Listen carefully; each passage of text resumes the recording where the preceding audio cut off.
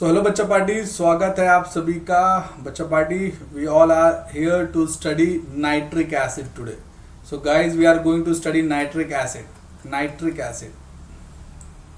ठीक है, शॉर्ट में इसको HNO3 लिखते हैं। ठीक है, नाइट्रिक एसिड की आज हम शुरुआत कर रहे हैं। मैं आपको बताना चाहता हूं कि this is a chapter for chemistry for 10th standard ICSE student. तो 10th स्टैंडर्ड ICSE स्टूडेंट के लिए चैप्टर है, बहुत ही इंटरेस्टिंग है। इस चैप्टर में हम नाइट्रिक एसिड की प्रॉपर्टी डिस्कस करेंगे। उसकी प्रॉपर्टी के साथ साथ हम ये डिस्कस करेंगे कि ये कैसे बनाया जा सकता है, इसकी क्या खास बातें हैं और कैसे हम इसका कहाँ कहाँ उपयोग कर सकते हैं। So in this particular chapter we are going to study about the properties, their nature and the physical and chemical part of nitric acid along with the uses of nitric acid. In this particular chapter we are here to study this all for nitric acid. So let's get started. First of all, let me introduce you nitric acid. So nitric acid basically एक बहुत ही शानदार नाम है। और nitric acid को सबसे पहले है ना एक्वा फोर्टिस कहा जाता था। अगर आप लोगों को पता है तो अच्छी बात है, नहीं पता है तो मैं बता रहा हूँ, एक्वा फोर्टिस। ठीक है, तो aqua Fortis is basically what, strong water. Aqua Fortis का मतलब होता है स्ट्रॉन्ग वाटर। ठीक है, और ये तकरीबन 8th सेंचुरी के आसपास की बात है जब इसको एक्वा फोर्टिस कहते थे। एक्वा फोर्टिस जो एल्केमिस्ट होते थे, एल्केमिस्ट ने सबसे पहले इसको एक्वा फोर्टिस नाम दिया था। ठीक है, इन 1658 में Glauber prepare nitric acid by distilling potassium nitrate with concentrated sulphuric acid. तो जब कंसंट्रेटेड सल्फ्यूरिक एसिड और इसकी रिएक्शन कराई गई तो देखो क्या हुआ, मैं आपको दिखाता हूं। देखो ये H चला गया NO3 के साथ। ठीक है, तो ये बन गया 2HNO3 and you got what, K2SO4। ठीक है, तो इसको सबसे पहले 1658 में बनाया गया था। ग्लोबर ने बनाया था इसको by performing nitric acid, by performing potassium nitrate with sulphuric acid. Sulphuric acid और पोटेशियम नाइट्रेट की रिएक्शन से सबसे पहले बनाया गया था। फिर इसका जो केमिकल कॉम्पोजिशन है या इसके बारे में डिटेल में, ठीक है, एक्सप्लेन किया था हेनरी कैवेंडिश ने इन 1784। ये थोड़ा सा जनरल नॉलेज आपको बताया जा रहा है। एक्वा फोर्टिस ये 8th सेंचुरी की कहानी है। ठीक है, एक्वा फोर्टिस जिसको मतलब था स्ट्रॉन्ग वाटर, क्योंकि ये मेटल वगैरह को भी घोल देता था। ये स्ट्रॉन्ग वाटर मतलब ये वाटर की तरह क्या था, कलरलेस था, और ये क्या करता था कि किसी मेटल को अपने अंदर घोल लेता था, इसलिए इसको स्ट्रॉन्ग वाटर बोलते थे। फिर 1658 में ग्लोबर ने पोटेशियम नाइट्रेट में सल्फ्यूरिक एसिड मिला के सबसे पहले नाइट्रिक एसिड बनाया। उस समय लेकिन नाइट्रिक एसिड का प्योर कॉम्पोजिशन नहीं पता था, लेकिन 1784 में हेनरी कैवेंडिश बहुत फेमस नाम है केमिस्ट्री के अंदर, तो आप लोग याद रखो तो अच्छा है। ठीक है, तो हेनरी कैवेंडिश ने इसमें बताया कि what is the actual composition of nitric acid. ठीक है, इसका एक्चुअल कॉम्पोजिशन हेनरी कैवेंडिश की देन है।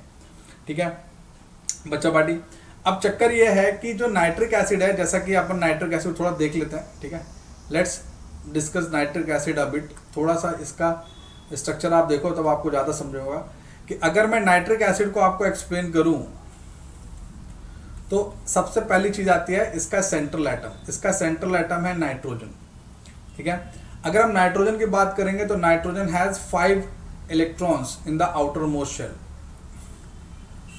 5 इलेक्ट्रॉन होते हैं नाइट्रोजन के आउटर मोस्ट शेल में। नाइट्रोजन का एटॉमिक नंबर 7 होता है, 2 and 5 ऐसा इसका इलेक्ट्रॉनिक कन्फिग्रेशन होता है, तो 5 इलेक्ट्रॉन्स। ओके, नाउ अब होता क्या है कि जब हम इसको किससे कनेक्ट करते हैं, ऑक्सीजन के साथ कनेक्ट करते हैं, तो एक ये O और H बना के आ जाता है। ठीक है, यहाँ पे ऑक्सीजन के लोन पेयर्स हैं, ये लोन पेयर्स हैं, तो ये OH हो गया।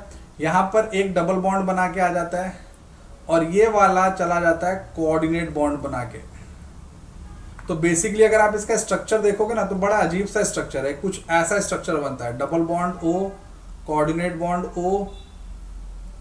O और H। इस तरह से HNO3 का एक्चुअल स्ट्रक्चर होता है। इंटरेस्टिंग बात क्या है अगर आप लोग नोटिस कर रहे हो कि इसका जो लोन पेयर है, लोन पेयर ये इसने इसको दे दिया। अगर ये इसको लोन पेयर नहीं देगा तो इसके पास 10 इलेक्ट्रॉन हो जाएंगे और ये अनस्टेबल हो जाएगा। Now let's count all the electrons. मैं रेड कलर से इलेक्ट्रॉन्स काउंट करा रहा हूं आपको। 1 2 3 4 5 6 7 8। ये देखो, इसमें से इसके कौन से इलेक्ट्रॉन्स है, मैं उसको पिंक कलर से दिखा रहा हूं। 1 2 3 4 5, ये इसके ये 5 इलेक्ट्रॉन्स थे। समझ में आ रही है बच्चा पार्टी बात? तो अब मुद्दे की बात क्या है? मुद्दे की बात यह है कि नाइट्रोजन जब नाइट्रिक एसिड बनाता है तो it get more stable as compare to nitrous acid. Nitrous acid इसी का भाई है जिसके पास एक ऑक्सीजन कम है, उसका फॉर्मूला होता है HNO2। और जो HNO2 होता है उसमें ये लोन पेयर प्रेजेंट रहता है जो इसमें एब्सेंट है। समझ में आया? और उस लोन पेयर के कारण ये हो जाता है unstable. So nitrous acid is unstable, nitric acid is very stable. ठीक है, पहली बात। दूसरी बात ये, नाइट्रिक एसिड में आप यहां पर O और H का बॉन्ड देख रहे हो। यही OH का बॉन्ड फर्दर आगे चल के हाइड्रोजन बॉन्ड भी बनाता है।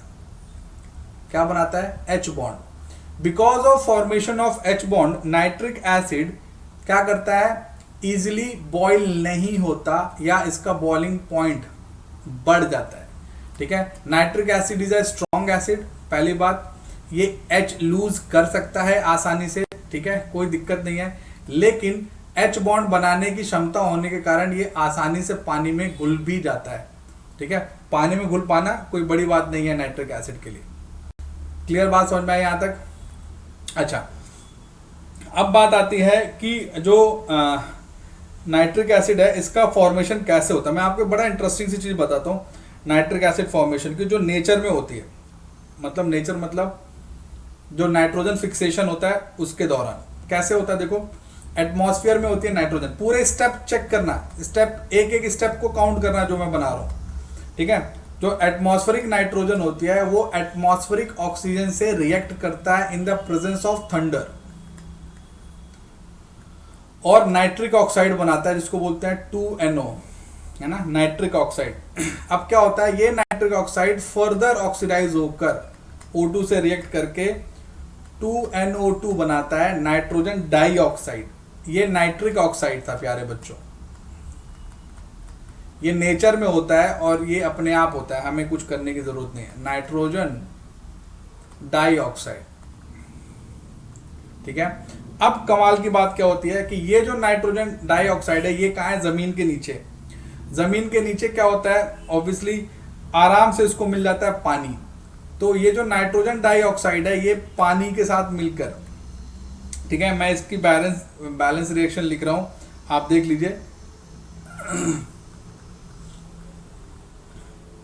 ठीक है, NO2 हमने लिख दिया, H2O लिखना है। ठीक है, थोड़ा एरर हो गया था। ठीक है, और ये ऑक्सीजन भी मिल जाता है इसको आसानी से, तो ये बना लेता है HNO3। ठीक है, just for the sake of balancing the process यहाँ 4 लगा देंगे तो यहाँ भी 4 आ जाएगा, और ये 2 तो यहाँ 2 लगा दीजिए, बैलेंस होगी रिएक्शन। ठीक है, और ये जो नाइट्रिक एसिड है ये जो आपको दिख रहा है, देखो ये सॉइल के अंदर भी हो सकता है। ये वाला प्रोसेस नाइट्रोजन डाइऑक्साइड फॉर्मेशन ये सॉइल के अंदर हो सकता है। लेकिन अब क्या हुआ, जब हम गाड़ी वगैरह चलाते हैं, गाड़ी है ना, जब हम गाड़ियां चलाते हैं या किसी भी कारण से, ये उड़ के कहाँ पहुंच जाता है? सॉइल के साथ साथ ये एयर में पहुंच जाता है। एयर में पानी बहुत मिल जाता है, तो उस पानी के साथ या ऑक्सीजन के साथ मिलकर नाइट्रिक एसिड बनाता है, उसको हम एसिड रेन बोलते हैं, एसिड रेन। ठीक है, देखिए याद रखना, ये वाला हिस्सा है ना थंडर के साथ जमीन पे आता है पानी के साथ मिलकर इधर, फिर उसको फर्दर ऑक्सीडाइज होकर नाइट्रोजन डाइऑक्साइड बनाता है। Nitrogen dioxide further causes acid rain. और जैसे आपको हिमालय बोल रहा हूँ, sorry, I am really sorry, Taj Mahal किसका बना है? मार्बल का है, कैल्शियम कार्बोनेट। जब उससे ये HNO3 ये एसिड रेन रिएक्ट करता है तो इट फॉर्म कैल्शियम नाइट्रेट, ये कैल्शियम नाइट्रेट बनाता है। ठीक है, कैल्शियम नाइट्रेट बनाता है और ऑब्वियसली H2O बनाएगा और CO2 बनाएगा। तो ये कैल्शियम नाइट्रेट येलोइश होता है, येलोइश। ठीक है, तो जो व्हाइट मार्बल है वो येलोइश हो जाता है, साथ ही साथ वो खराब दिखने लगता है। तो इसलिए क्या होता है कि अगर आप लोगों को पता हो कि कुछ ये 4-5 साल हो गए बात को। अब तो उन्होंने ताजमहल को वापस प्रोटेक्ट कर दिया, उन्होंने प्रॉपर क्लीनिंग वगैरह करके और उसके प्रॉपर है ना केमिकल वगैरह लगा देते हैं ताकि बारिश में येलोइश कलर ना आए, ठीक है। नहीं तो जो ताजमहल था वो धीरे धीरे कोरोड हो रहा था, खराब हो रहा था। हर साल बारिश में ताजमहल की खूबसूरती बिगड़ जा रही थी। और ये होता भी है, आप किसी भी जगह चले जाओ, किसी मंदिर चले जाओ, मस्जिद चले जाओ, गुरुद्वारे चले जाओ, अक्सर वहाँ पे आपको प्योर वाइट मार्बल देखने को मिलता है, ठीक है। और वो white marble obviously get damage due to the acid rain, ठीक है। जैसे मैं आपको बताता हूँ कि बुरहानपुर करके एक जगह है बिटवीन एमपी एंड महाराष्ट्र, ठीक है। तो बुरहानपुर में दरगाह हकीमी करके एक बहुत बड़ी दरगाह है ना, जो बोहरा समाज के लोग होते हैं वो वहाँ जाते हैं। मैं भी गया हूँ, ठीक है, मुझे अच्छा लगता था तो मैं गया था, ठीक है। तो वो पूरा वाइट मार्बल का बना है, वो ऐसा ताजमहल जैसी फीलिंग नहीं देता है। वो बहुत ही ज़्यादा सुंदर है वो जगह, बहुत ही ज़्यादा सुंदर है एंड वेरी पीसफुल ऑब्वियसली। तो उसमें भी क्या होता है, they keep cleaning those all thing. वो उनको पता है कि इसको प्रॉपर क्लीन करते रहना है, नहीं तो क्या होगा कि ये जो मार्बल है, ये मार्बल क्या हो जाएगा, धीरे धीरे रस्टेड बोलना इज नॉट करेक्ट, लेकिन खराब होने लगेगा, कोरोड होते रहेगा, ठीक है। Now guys let's jump into the part of preparation, ठीक है। ये एसिड रेन का बहुत बड़ा कारण होता है नाइट्रिक एसिड। इसीलिए आजकल क्या होता है, जो गाड़ियां आती है ना, गाड़ियों में क्या यूज करते हैं, गवर्नमेंट भी बोलती है कि BS4 के बाद BS6 इंजन, क्योंकि जितना कम या लेस पोल्यूटेंट्स निकलेंगे पेट्रोलियम प्रोडक्ट से, उतना ही एसिड रेन के चांसेस कम होंगे या एयर पोल्यूशन के चांसेस कम होंगे। सो गाइस, प्रिपरेशन में एज आई मेंशन अर्लियर, सबसे पहले हमें लैब मेथड डिस्कस करनी है। लैब में हम कैसे बनाते हैं, लैब में बनाना एकदम सरल होता है। थोड़ी देर पहले हमने बनाया था, अगर आपको याद है, पोटेशियम नाइट्रेट ले लो और बस सल्फ्यूरिक एसिड डाल दो, ये एकदम खतरनाक तरीके से हो जाता है, ठीक है। ये एकदम खतरनाक तरीके से हो जाता है। जब आप ये प्रोसेस परफॉर्म करोगे तो आपको एट द एंड क्या मिल जाएगा, पोटेशियम बायसल्फेट, मतलब KHNO4 मिलेगी। मैं है ना स्टेप बाय स्टेप बता रहा हूं आपको, and you will get vapours of HNO3, ठीक है। याद रखना, ये एक्चुअली ये ऐसा होता है, H2SO4 इज लाइक दिस, ऐसा H2SO4 को आप ऐसा लिख सकते हो। और अब क्या करो, अब इस K को और इस H को इंटरचेंज कर दो, बस देखो तुरंत फॉर्मूला समझ में आ जाएगा आपको ये कैसे बना, समझ में। अब चक्कर क्या है, चक्कर यह है कि इसके पास अभी एक और H है और अपन ठहरे चालाक लोग, अपन इतनी जल्दी इसका साथ छोड़ेंगे नहीं। तो हम क्या करेंगे, फिर से KNO3 ले लेंगे और उसी में ही KHSO4 जो है उससे रिएक्ट होने देंगे। तो फिर से क्या करेगा, ये H इस K को भी रिप्लेस कर देगा और ये वापस इधर आ जाएगा। तो ये फिर से क्या बना लेगा, सॉरी K2SO4 बना लेगा और HNO3 फिर निकल जाएगा। इसीलिए हम शॉर्ट में क्या लिखे थे जब हमने आज शुरुआत की थी, तो what we have written, we have already written as K2 ले लो, ठीक है, 2KNO3 plus H2SO4 will give you 2K2SO4, sorry K2SO4, क्योंकि फाइनली आपको K2SO4 मिलेगा एंड 2HNO3। हमने ये रिएक्शन पहले भी लिख दी थी, ठीक है। This a very simple process, कुछ भी करने की जरूरत नहीं है। तो इसको जो KNO3 होता है ना बच्चों, भूलना मत, KNO3 को चिली सॉल्ट पीटर भी कहते हैं, ठीक है। नहीं, इसको चिली सॉल्ट पीटर नहीं कहते, तो इसको सॉल्ट पीटर ही बोल दो चलेगा, ठीक है। सोडियम NaNO3 को बोलते हैं। अगर कोई बच्चे को KNO3 भूल गया ना तो NaNO3 ले सकता है। सेम प्रोसेस है, सेम डिक्टो same, 2NaNO3 plus H2SO4। NaNO3 को चिली सॉल्ट पीटर कहते हैं, चिली सॉल्ट पीटर, ठीक है। तो अब ये सेम प्रोसेस होगी। अब यहाँ पे आपको इंस्टेड ऑफ K2SO4 Na2SO4 मिल जाएगा and again you get 2HNO3।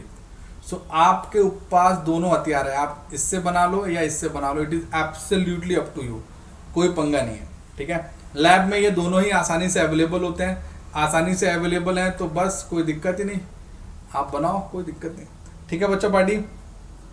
अब एक चीज़ ज़रूर है कि जब आप ये प्रोसेस परफॉर्म करते हो, क्योंकि ये दोनों भी, जैसे सल्फ्यूरिक एसिड भी हाईली कोरोसिव होता है, ठीक है, और नाइट्रिक एसिड बनेगा वो भी हाईली कोरोसिव है, तो आप कोशिश करते हो कि टेम्परेचर ज़्यादा ना बढ़े।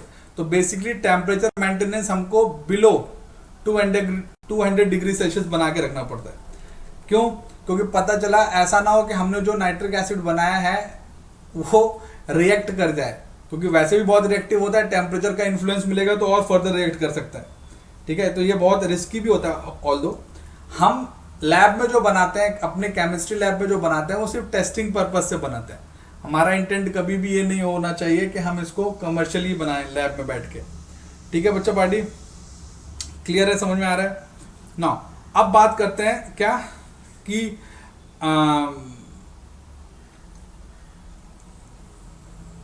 ये जो नाइट्रिक एसिड है, इस नाइट्रिक एसिड को बनाते समय में क्या प्रिकॉशंस लेने चाहिए। तो टेम्परेचर का प्रिकॉशन बता दिया। दूसरी बात यह है कि जब भी आप ये प्रोसेस परफॉर्म करो तो मैक्सिमम सेफ्टी मेजर्स इस्तेमाल करने चाहिए।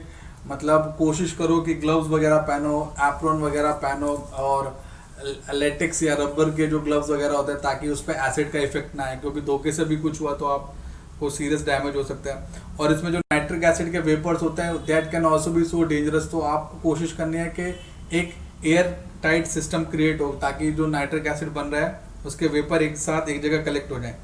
समझ में आया कि नहीं? चलिए बच्चा पार्टी, अब हम बात करने वाले हैं मैन्युफैक्चरिंग प्रोसेस की।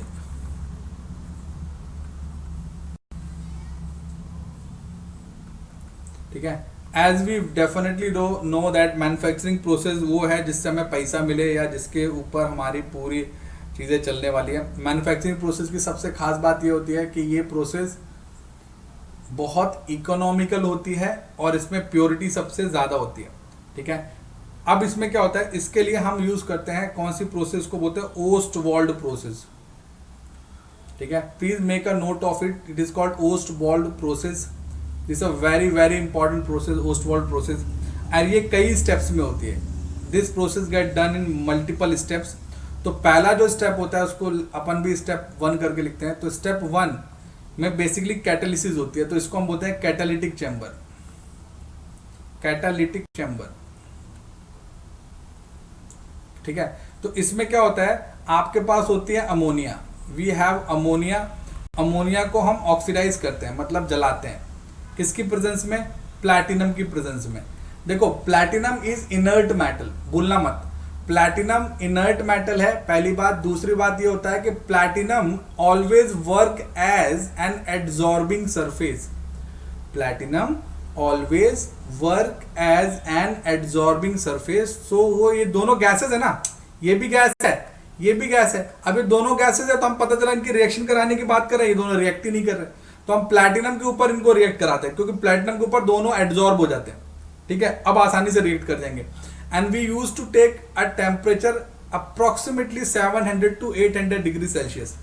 ऑब्वियसली ऑक्सीडेशन है, तो ये नाइट्रोजन के साथ मिलके नाइट्रिक ऑक्साइड NO बना लेता है, 4NO, and you will get water. Exactly, ठीक है। और बहुत सारी एनर्जी, तो हीट लिख देता हूं क्योंकि अपन गर्म कर रहे हैं तो हीट तो निकलेगी। ठीक है, अब चक्कर क्या है, यहाँ पे दो चीजें याद रखें कि यहाँ पे आपको ड्राई अमोनिया लेना है और dry air. We have to take dry ammonia and dry air. कोई मॉइस्चर या कुछ भी होना नहीं चाहिए। ठीक है, क्यों? क्योंकि अगर आप ऐसा करोगे तो ये नाइट्रिक ऑक्साइड जो गैस बनी है ना, ये गैस उस मॉइस्चर से रिएक्ट करके वहीं एसिड बना देगी और पूरा सिस्टम खराब हो जाएगा। ठीक है, क्लियर? तो ये एक बहुत ही एक्सोथर्मिक और बहुत ही इंपॉर्टेंट स्टेप था जिसमें आपने नाइट्रिक ऑक्साइड बनाया। आपको पता है कि नाइट्रिक ऑक्साइड से हमारा काम नहीं बनने वाला, हमें उसको नाइट्रोजन डाइऑक्साइड बनाना है। तो सेकंड स्टेप में, in step 2 what we do oxidation. ठीक है, अब हम किसका ऑक्सीडेशन करेंगे?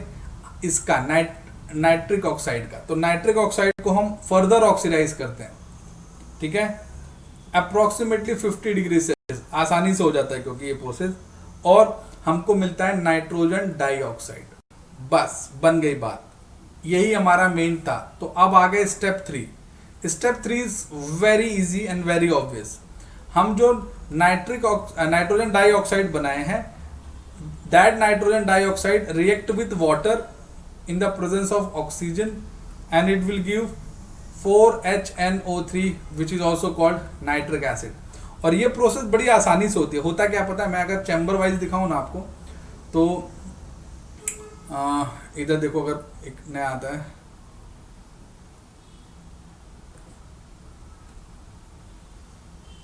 अगर एक नया पेज खोलते हैं तो कैसा रहेगा।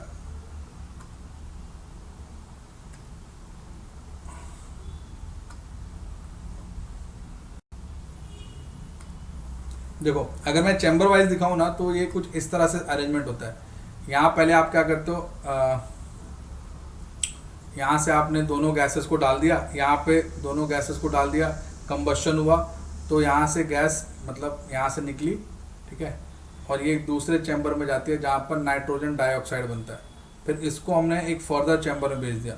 उस चैम्बर में क्या होता है, बहुत शानदार रहता है ये, एक्चुअली बहुत शानदार होता है। और यहाँ पे ना फाइनल एक नोजल लगा रहता है जहाँ से टिप टिप करके एसिड इकट्ठा होता है। तो मैं थोड़ा सिस्टम को समझा देता हूँ आपको। और यहाँ पे क्या होता है, बारिश हो रही होती है, पानी के छींटे गिर रहे होते हैं, ठीक है, ये कुछ इस तरह से सिस्टम है। तो यहाँ आपने N2 और O2 को डाला था, या सॉरी HNO3 डाला था, अमोनिया डाला था, और उसको आपने ऑक्सीडाइज किया था तो NO बना था यहाँ पे। वो NO को आपने O2 से रिएक्ट करके NO2 बनाया, और उस NO2 को आपने यहाँ भेजा। उस NO2 पे ये पानी H2O गिरता है और ऑक्सीजन वगैरह सप्लाई करते हैं, ऑक्सीडेटेड ये, और यहाँ पे फिर HNO3 बनता है। ये बहुत ही मस्त प्रोसेस होती है, literally kind of linear process होती है। लेकिन यस, ये ज़रूर है कि जो ये नाइट्रिक एसिड बनता है ये बहुत ही ज़्यादा डाइल्यूट होता है। अभी जो HNO3 मिलेगा ना आपको यहाँ पे, ये डाइल्यूट HNO3 रहता है, प्योर तो है लेकिन डाइल्यूट है। तो हम इसको क्या करते हैं, फर्दर गर्म करते जाते हैं उसको, फिर हम कंसनट्रेटेड HNO3 बना लेते हैं, ठीक है। ये प्रोसेस चलती रहती है, ठीक है। तो this is how Ostwald process is done. आपको हमेशा याद रखना है कि ये पूरी जो प्रोसेस होती है, उस प्रोसेस में जो आपने शुरुआत में कैटालिटिक चैम्बर यूज़ किया था, या बाद में आपने जो ऑक्सीडेशन चैम्बर यूज़ किया था, उन सब की बड़ी इंपॉर्टेंस है। आप एक भी स्टेप अगर मिस कर दिए तो आपका आंसर गलत हो जाएगा। हालांकि आप स्किप करके कोई भी प्रोसेस को HNO3 बना ही नहीं पाते, तो स्किप होने के चांसेस तो नहीं है, ठीक है। अब बात करते हैं बच्चा party properties of HNO3। So we are on the properties of HNO3 की प्रॉपर्टीज की बात करते हैं, ठीक है। अक्सर आप लोग बच्चे डरते हो इस चैप्टर को लेके। इस चैप्टर में डरने जैसा कुछ था नहीं, ना है ना होगा। बस आपको ये याद रखना है कि HNO3 कितना ज़्यादा स्ट्रांगली खतरनाक है, या कितना खतरनाक है, प्लस वो कैसे रिएक्ट करता है, ये आपको पता होना चाहिए। So let's talk about the physical properties, ठीक है। फिजिकल प्रॉपर्टीज मैं आपको बता देता हूँ। जैसे कि मैंने आपको पहले ही बताया था, ये इसको हमने एक्वाफोर्टिस नाम दिया था क्योंकि पानी जैसा ही दिखता था। तो ऑब्वियसली ये कलरलेस है, ठीक है। मोस्टली कलरलेस होता है। अगर थोड़ा बहुत गंदगी हो जाएगी ना तो येलोइश ब्राउन हो जाता है। तो अगर एकदम प्योर है तो कलरलेस ही होगा। लेकिन अगर मान लो कमर्शियल नाइट्रिक एसिड है, जो आपको कई बार दुकानों पे बोतलों में भरा हुआ मिलता है, तो आपको येलोइश ब्राउनिश मिल जाता है, ठीक है। ओडर इसका बहुत खराब होता है, सफोकेटिंग ओडर होता है, ठीक है, बहुत ही ज़्यादा सफोकेटिंग ओडर होता है। तो ओडर खराब है मोस्टली। अगर आप कंफ्यूज ना हो तो मैं आपको ये भी ट्रिक दे रहा हूँ कि अमोनिया के मोस्ट ऑफ द कंपाउंड्स का जो ओडर होता है, मोस्ट ऑफ द कंपाउंड्स, अब इसका मतलब ये नहीं है कि तुम नाइट्रिक ऑक्साइड के केस में भी यही समझो, या लाफिंग गैस के केस में भी यही समझो, ठीक है। तो most of the compounds of nitrogen have suffocating odour, ठीक है। Now because it's quite acidic, तो आपको इसमें सोर टेस्ट मिलेगा, टेस्ट में खट्टा रहेगा, हालांकि टेस्ट करने की जरूरत नहीं है। It is non poisonous but it is highly corrosive, मतलब इसको पीने से आपको जहर नहीं लगेगा, लेकिन पीने से आपकी अंतड़ियाँ तक गल जाएंगी। मतलब पीने की सोचने का भी नहीं, मतलब पीने की सोचना मतलब क्या फालतू बात बोल रहा हूँ मैं भी, ठीक है। Always remember that pure nitric acid is heavier than water, water से हैवी होता है, इसलिए जब आप पानी में डालते हो तो ये बॉटम में रह जाएगा, फिर धीरे धीरे धीरे घुल जाता है, ठीक है। इसकी स्पेसिफिक ग्रेविटी लगभग 1.54 होती है, और अगर ये कमर्शियल है मतलब मिलावटी है तो इसकी स्पेसिफिक ग्रेविटी नियरली 1.42 के आसपास होती है, ठीक है। It is highly soluble in water, always remember. It has a boiling point approximately 121 degree Celsius, 121 degree Celsius के आसपास होता है, ठीक है, जो अपन कमर्शियल वाला यूज करते हैं, ठीक है। और अगर एकदम प्योर वाला रहेगा, अगर एकदम प्योर है तो अप्रोक्सीमेटली 86 डिग्री सेल्सियस रहता है. If you have a pure nitric acid then the boiling point will be 86 degree Celsius, impure will be around 121 degree Celsius. ठीक है. इसका freezing point is approximately -42 degree Celsius. इन datas को आपको याद रखने की कोई ज़रूरत नहीं है, आपको सिर्फ समझाने के लिए बताया जा रहा है कि जो प्योर होता है उसका बॉइलिंग पॉइंट भी कम होता है, स्पेसिफिक ग्रेविटी ज़्यादा होता है, वाटर से हैवी होता है, वाटर में सॉल्युबल होता है. ये सब चीज़ें आपको बताई जा रही हैं. ठीक है. दूसरी बात है कि nitric acid definitely when it comes in contact with skin, तो ये स्किन पे ब्लिस्टर कॉज करता है, मतलब स्किन के ऊपर छाले पड़ जाता है अगर एसिड गिर जाए तो. ठीक है. Nitric acid and also it combined with the protein of the skin and because of this it forms a yellowish compound जिसको बोलते हैं ज़ैंथोप्रोटिक एसिड. तो ज़ैंथोप्रोटिक एसिड के कारण आपकी स्किन जो होती है वो येलोइश या पीली पड़ जाती है. तो मतलब ये कि आप ये बोल दो कि स्किन के कांटेक्ट में आ जाएगा तो दोनों भी नुकसान हो गए. एक तो ब्लिस्टर पड़ जाएगा, ऊपर से जो स्किन है उसमें येलोइश स्पॉट बन जाएगा. ठीक है. हालांकि वो येलोइश स्पॉट लाइफ लॉन्ग नहीं रहने वाला, डोंट वरी अबाउट इट. ठीक है बच्चा पार्टी. ऑब्वियसली जब हम बात करते हैं यूजेस की, तो nitric acid 100% pure nitric acid बनाना बहुत मुश्किल है, इसीलिए 100% प्योर नाइट्रिक एसिड का यूज भी कहीं होता नहीं है. ठीक है. अप्रॉक्सीमेटली हम 60 से 70% प्योरिटी को ही यूज करते हैं, ये बोल के कि एकदम प्योर नाइट्रिक एसिड है. समझे? मतलब प्योर बोल के अपन 60 to 70% एसिड ही यूज करते हैं. समझ में आ रहा कि नहीं? जो आप देखोगे, आप किसी भी अगर केमिस्ट्री लैब में देखोगे तो आपको एकदम प्योर रहेगा तो भी 70 के आसपास रहेगा. ठीक है. हाईएस्ट प्योरिटी जो हम नाइट्रिक एसिड की बना पाते हैं वो अप्रॉक्सीमेटली 98% है. 98% से ऊपर बनाना बहुत ज़्यादा हाइपोथेटिकल है, क्योंकि आपने प्रोसेस में ही देखा, ओस्ट वॉल्ड प्रोसेस में, कि हम ऊपर से पानी की शावरिंग करके बनाते हैं. अब पानी की शावरिंग करके बना रहे हैं तो ऑब्वियसली पूरा का पूरा तो नहीं बना सकते ना भाई. तो that is a quite obvious thing, this is a very very obvious thing. ठीक है बच्चा party. So now guys we have to study the chemical properties of nitric acid. Chemical properties और इसके यूजेस हमें पढ़ना है, तो हम अगले लेक्चर में इसको शुरू करेंगे और ऑब्वियसली खत्म भी करेंगे. तो मुझे उम्मीद है आपको समझ में आया हो. मिलते हैं अगले लेक्चर में बच्चा पार्टी. तब तक के लिए bye guys, take care, bye everyone.